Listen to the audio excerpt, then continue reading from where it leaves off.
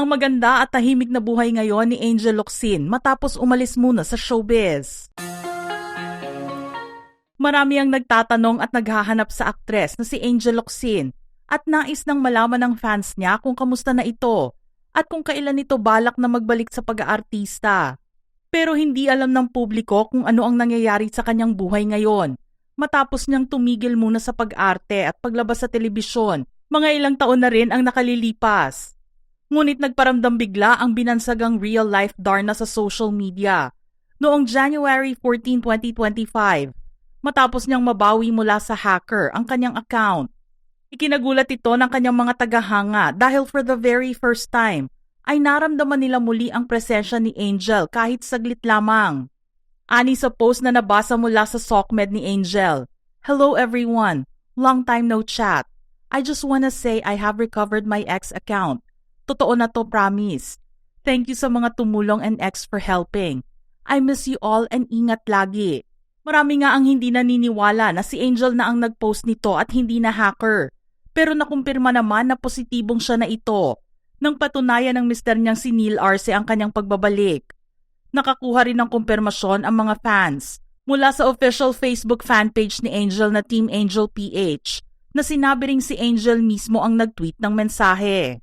Pero natagalan ding maulit ang pangyayari na naganap noong January at naging tahimik muli si Angel. Wala nang narinig mula sa kanya matapos ang mabilisang pagbabalik sa social media para bawiin ang nahack na account. Kahit noong pumanaw ang kanyang ama noong March 5, 2025, ay walang narinig na kahit na ano sa aktres. Hanggang sa dumating ang isang araw nang ipakita niya ang suporta sa stepson niyang si Joaquin Arce at sa pagpasok nito sa showbiz. Ipinahayag din niya na excited na siyang makatrabaho si Joaquin. Ang malaking katanungan ay kung makikita na ba natin si Angel Locsin sa isang trabaho very soon. Nang magkaroon ng pagkakataon para makibalita sa kalagayan niya ngayon, itinanong kay Neil kung kamusta na ba ito at kung kailan siya babalik sa pag-arte. Dahil present ang producer sa contract signing ng kanyang anak sa Star Magic, kinuha na ng ilang mga reporters ang oras para mangamusta sa aktres. Subalit hindi alam ni Neil kung ano ang magiging sagot ng kanyang misis dahil hindi pa pala nito natatanong si Angel kung gusto na nitong magbalik sa pag-arte. "I haven't asked her. I never ask her when she wants to come back."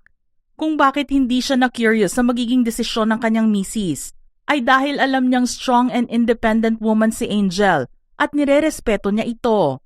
Ani Neil, "'Cause I know that she is a strong independent woman. I married an alpha queen and I respect that.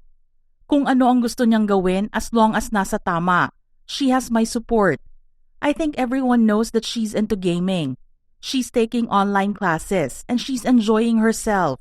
And we all know her dad just passed away. She's taking her time. I'm giving her own space to adjust to everything that has happened." At tama nga ang narinig ninyo mga ka-showbiz peeps dahil nahihilig na rin si Angel sa paglalaro ng mga online games. Pero hindi nga lang makasabay si Neil sa kanya dahil wala siyang alam sa gaming. Ang isa pang suportado ni Neil ay ang online classes na kinukuha ni Angel. Ngunit kakaibang online class ito dahil para pala ito sa gaming. Hindi nga gamer si Neil kaya kahit gusto nitong magbahagi ng mga kwento tungkol kay Angel at sa mga pinagkakaabalahan nito, wala siyang masabi dahil hindi siya makarelate. Basta nakakapagpasaya kay Angel ay 100% ang ibibigay ni Neil dito. Basta happy siya. I always ask her, "Are you happy?" And alam ko naman kung totoo o hindi. And sabi niya happy naman siya. I'm her husband, lover, everything, and I'm also a fan. Deep inside, of course, I miss her on the screen. Pero nangunguna yung pagka-husband kung saan ka masaya. Tulad din nga ng mga fans ni Angel, miss na rin ni Neil na makita ang aktres na umaarte. Pero sa ngayon ay suporta muna sa mga sinusubukang mga bagong bagay ang maibibigay niya kay Angel. Malamang ay malapit na ring sumunod ang comeback na inaasahan ng mga tao mula sa kanya. Ang stepson naman niyang si Joaquin ay hindi na rin makapaghintay sa pagbabalik ni Angel sa pag-arte dahil gusto rin niya itong makasama sa isang proyekto. Malaki rin ang naging partisipasyon ni Angel sa paghahanda ni Joaquin sa pagsabak sa pag-arte. Nang matanong ang baguhang aktor tungkol sa naging payo ni Angel sa kanya, Ibinahagi niya ang sinabi nito to just be himself and make it look natural as possible. Ani Joaquin, sabi niya since malapit yung character sa akin, as much as possible wag ako mag-act. Make it look legit. Try to be yourself with the touch of your character. Sa mga natural na aktingan din nakilala si Angel, kaya naman mas lumalabas ang tunay na emosyon niya sa bawat eksenang kanyang ginagawa. Hindi lang nga sa pag-arte na mimiss ng kanyang mga fans si Angel.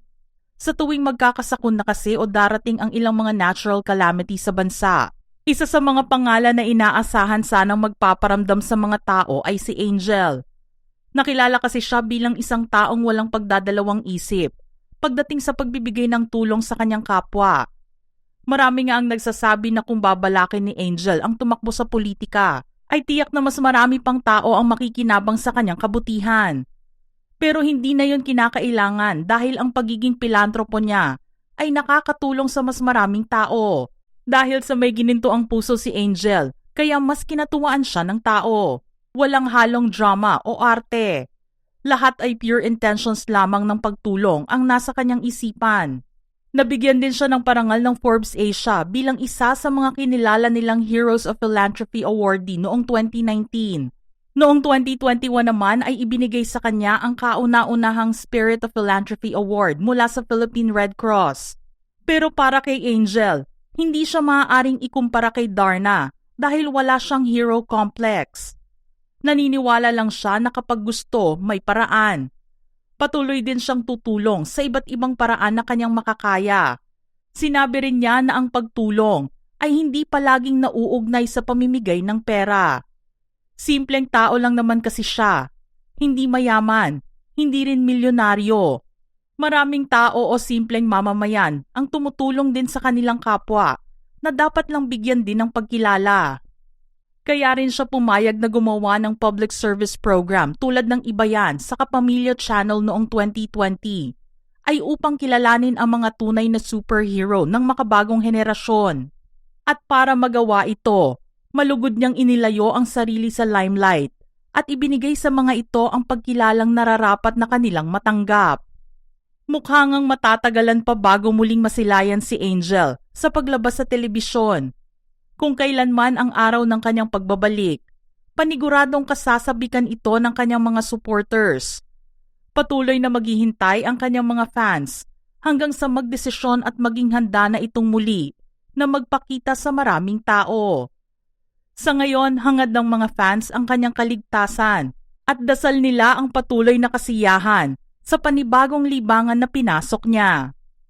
Mga ka-showbiz peeps, gusto naming marinig ang inyong opinyon sa ating istorya ngayon.